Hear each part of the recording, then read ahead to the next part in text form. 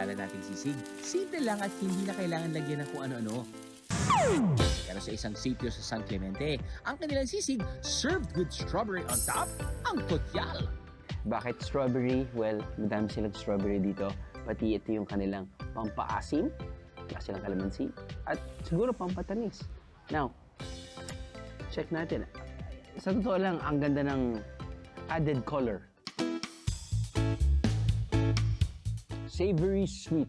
Na first time kong na-experience. Usually kasi kapag, syempre pag sisig, very savory. Kakaiba, kapag matamis yung gusto mong panlasa, this might be for you.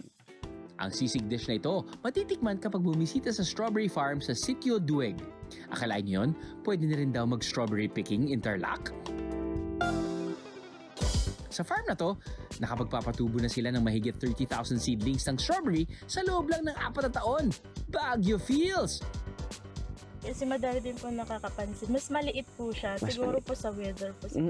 Pagdating naman po sa sa lasa, mas matamis po yung strawberry dito. Maliliit kasi. Opo. Ayun. Tsaka juicy po siya.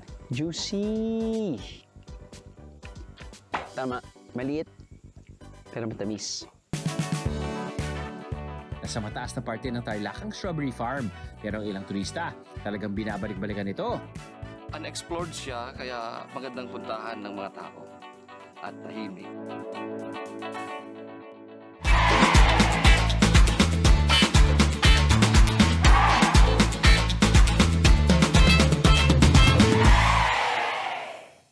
Ano, nabitig ka sa Biyahe?